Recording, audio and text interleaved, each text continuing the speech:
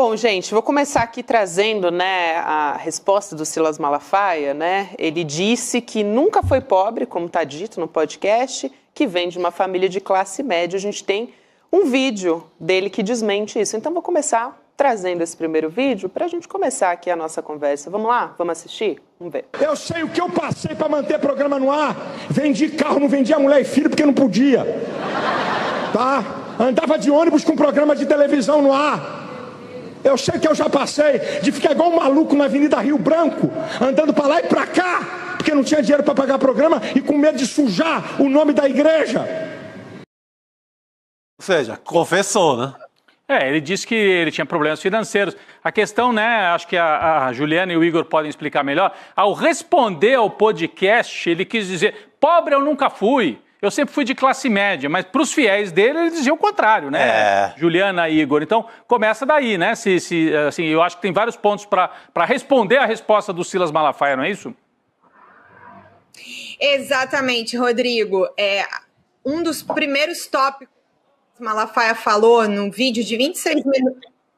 No vídeo de 26 minutos que ele gravou ontem para atacar o ICL, sobretudo o Igor, ele começou falando isso, que ele não era de uma família pobre. Só que quando muda aí a audiência, a plateia, né, Rodrigo? Ele fala sobre as dificuldades, sobre os problemas. Então, esse vídeo que vocês acabaram de ver é um dos áudios que está no podcast, mostrando esse problema de que ele conta a história que ele quer, dependendo do interlocutor.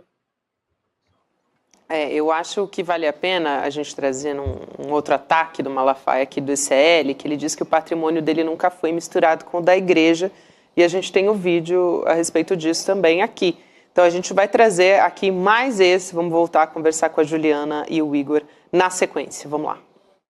Ele diz várias vezes que eu sou o dono da igreja e que há uma mistura e uma confusão entre o meu patrimônio e o patrimônio da igreja. Patrimônios da igreja estão em nome da igreja. O que eu tenho da igreja é salário, eu não tenho participação em nenhuma arrecadação da igreja. E aí ele usa, porque eu tenho um carro da igreja que eu uso, ele diz, ele tinha um Corolla e agora um Commander, carros de luxo.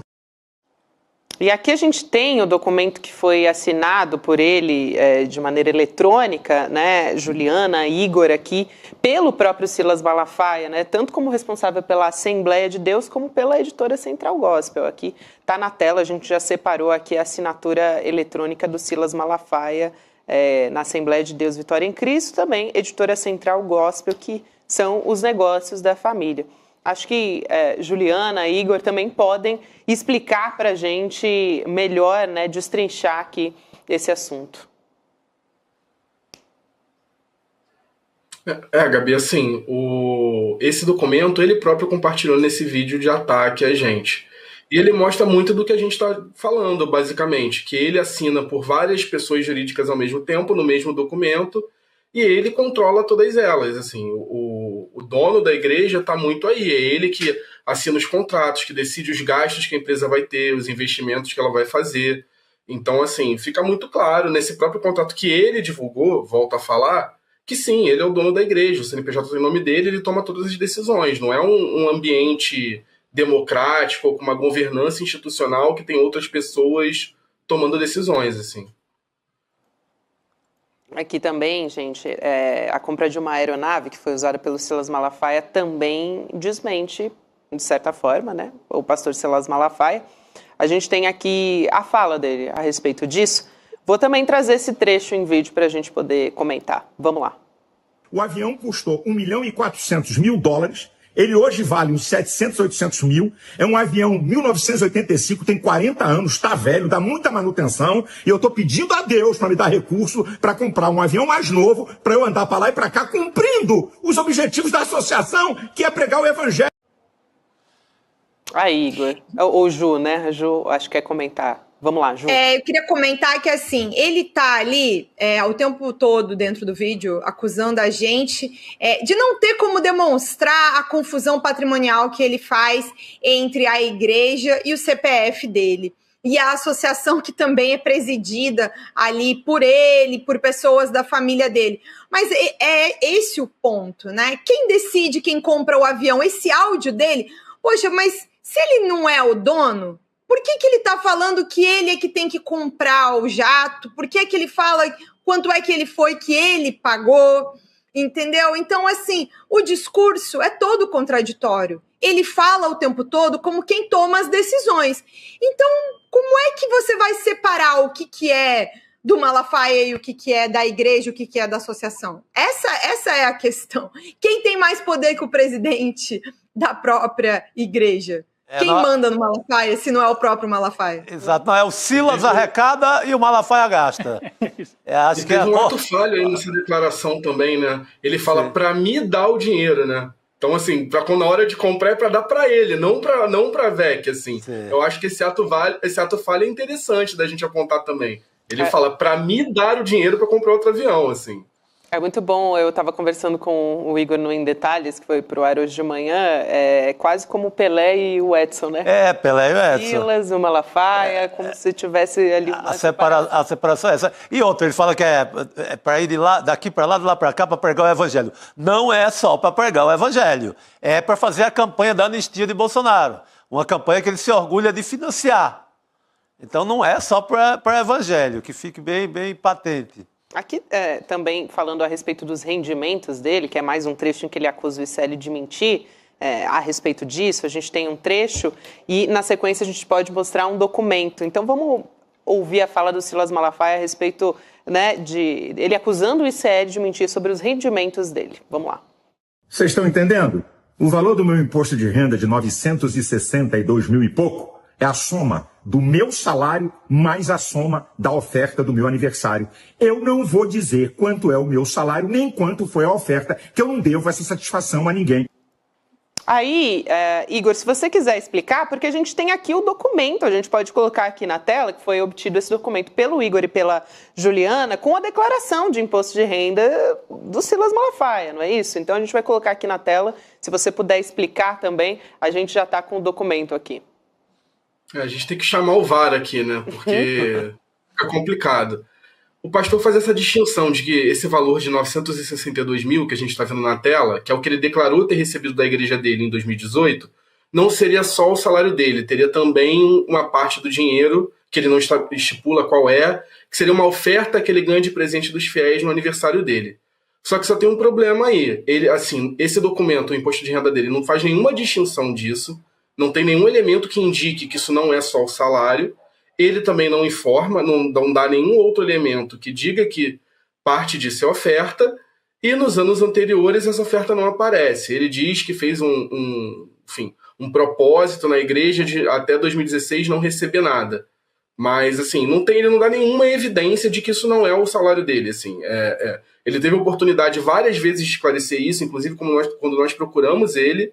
E, assim, só agora ele veio com esse argumento de que isso é uma oferta. Não veio, por exemplo, nos quase 20 áudios que ele me mandou na semana passada, respondendo as perguntas objetivas que a gente fez a respeito desse imposto de renda. Ele traz uma nova versão e não traz nenhum elemento para corroborar isso. A gente tem que acreditar na palavra do Malafaia, basicamente. Agora, falando sobre a fala dele, ele disse um depoimento à Polícia Federal também corroborando, né, o que a gente está mostrando aqui, com base em documentos. Então a gente tem aqui um trechinho que a gente pode colocar aí na tela. Tá difícil de ler, né, porque a letra é pequena, mas tem um trechinho aqui em que a polícia coloca que quanto ao declarante, né, respondeu que é pastor evangélico, presidente da Assembleia de Deus, Vitória em Cristo, atua como conferencista, escritor de livros religiosos e proprietário da editora Central Gospel, e que todas as atividades descritas no quesito anterior são remuneradas. E aí ele até diz aqui também, né, o segundo declarante respondeu que recebe em torno de R$100 mil em virtude das atividades remuneratórias que exerce por mês. Então aqui só trazendo um trecho aqui do depoimento à Polícia Federal, né, Ju? Exatamente, assim, esse trecho é muito importante porque ele diz duas coisas que a gente precisa sublinhar ali. A primeira, ele fala que ele é presidente da igreja e que essa atividade é remunerada. Ele fala que a renda mensal dele é R$100 mil. O Igor acabou de falar aqui sobre a oferta de aniversário, inclusive o nosso querido Will De Luca aqui cobrou a gente explicar o que é oferta de aniversário. Oferta é o que o Malafaia chama, é a maneira como o Malafaia chama doação. E a oferta de aniversário é a doação do aniversário. No aniversário, eles ficam... Inclusive tem isso no vídeo dele. Ele promovendo ali, instigando as pessoas a doarem um presente para ele, ou seja, uma quantia de um valor alto no dia do aniversário. Então, no vídeo ele quer falar que essa doação, que esses 900 mil seria uma doação. Veja que nesse depoimento da Polícia Federal, ele fala que a renda dele mensal é 100 mil. Não é uma doação mais, não é a tal oferta de aniversário. Se você pegar 100 mil todo mês, um ano, dá quanto, gente? 1.200.000, né? Então, ele tem que escolher melhor a versão que ele dá, dependendo do interlocutor. É tipo a história da pobreza, que a gente estava falando agora há pouco. De vez em quando ele é pobre, de vez em quando ele é rico, de vez em quando ele ganha 100 mil, de vez em quando ele ganha menos do que isso, ele ganha por doação no aniversário. É mais ou menos assim. O negócio é só falar com convicção, né, Rodrigo? Vai lá. Isso eu ia dizer assim, resumo da ópera, seja 900 mil por ano, seja 100 mil por mês, que dá uma certa diferença, mas é em torno de 1 milhão, nos dois casos, por ano, é salário de diretor de grande empresa. Então, o pastor ganha salário de executivo de grande empresa para gerir as almas dos fiéis. E volta aí de novo, né, Rodrigo? Quem decide o salário dele, se o presidente da igreja é ele próprio, só para perguntar, fica no ar. Não, é aquele meme do Homem-Aranha apontando para o outro, sabe? Exato. Que circula aí nas redes sociais, isso. Basicamente a situação que a gente está descrevendo é essa. Não, a gente pode até pensar assim, bom, mas isso é um problema dele com os fiéis? Até pode ser, se os fiéis acham que vale a pena pagar esse dinheiro todo para um pastor desse. Acontece que ele não é só, entre aspas, o chefe de uma igreja, de um ramo de uma igreja importante. Ele é o chefe de um ramo da extrema-direita brasileira. Então, a gente precisa saber como é que esse homem ganha dinheiro. Não é isso? Eu acho que o interesse público está por aí. O que o Chico falou aqui. Está pagando manifestação com o dinheiro dessas doações da associação Vitória. Inclusive, o Igor precisa explicar um último ponto sobre isso, que a gente separou também, né, Gabi? Que é muito importante sobre essa questão das doações. Vamos lá, a gente tem aqui as documentações. Ju, Igor, tenho também um trecho aqui de uma resposta dele ainda. Vocês querem também que a gente coloque aqui ele falando sobre os pagamentos, né, da igreja dele, que é a Assembleia justamente, para o Malafaia, né? Então, a gente tem esse trecho aqui também que a gente pode colocar e na sequência a gente tem alguns documentos provando, né, o que já está dito no podcast, que é basicamente tudo que foi dito no podcast é uma investigação jornalística, então com base em documentação e nos dados. Então vamos assistir essa fala e a gente volta aqui a conversar. Vamos lá. Vou mostrar para vocês de onde vêm as contribuições da Associação Vitória em Cristo. Preste atenção. 85,98% das contribuições vem através de boleto bancário. Cartão de crédito, 6,48. Cheque, 0,51. Depósito bancário, 6,74. Espécie, 0,29. Aí, então, os documentos que provam o que foi dito no podcast. A gente tem um relatório de arrecadação por contribuição em 2010. Se vocês também puderem já ir comentando. E a gente também tem um documento do Ministério da Fazenda também, que está selecionado aqui, que a gente pode colocar aqui na tela durante a explicação. Ju, Igor também. Vamos lá, gente. Assim, é importante que isso aí é uma distorção deliberada, acho que a gente pode falar isso. Se vocês repararem bem, esse relatório ele traz o percentual da origem, assim, da origem de cada doação. Então, se você tem 100 mil boletos, isso vai representar 85% dos pagamentos, mas não necessariamente do valor. Isso é uma distinção muito importante, que é justamente o achado da Receita Federal. Se a gente puder botar aí na tela agora o relatório do Conselho Administrativo de Recursos Fiscais, eles destacam isso. O que eles estão discutindo não é a quantidade de contribuições, é o valor. É o montante, como está escrito aí. Eles pegaram montantes acima de 100 mil reais, que representam 60% de tudo que a AVEC arrecadou naquele ano, que dá 98 milhões de reais em 2010. É disso que a gente está falando. O Malafaia, espertamente, ele tenta fazer essa distinção de que não, 85% das pessoas que contribuem por boleto, mas se você tem 100 mil boletos pagando 100 reais, isso dá 10 milhões de reais, ainda faltam 88 para explicar. Assim, só fazer já que ele gosta de fazer conta de padaria, a gente também sabe fazer. Tem um amigo meu que ele tem um termo que eu gosto muito, que é a matemágica, que é você pegar, assim, dados ou estatísticas, você distorcer ao ponto de sustentar uma coisa que é falsa, que é o caso aqui. Assim, esses dados que ele trouxe não provam que o grosso do dinheiro da AVEC vem de boletos de pequenos valores. Isso não está dito aí. Ele está fazendo uma distorção deliberada. É bom o nosso público saber.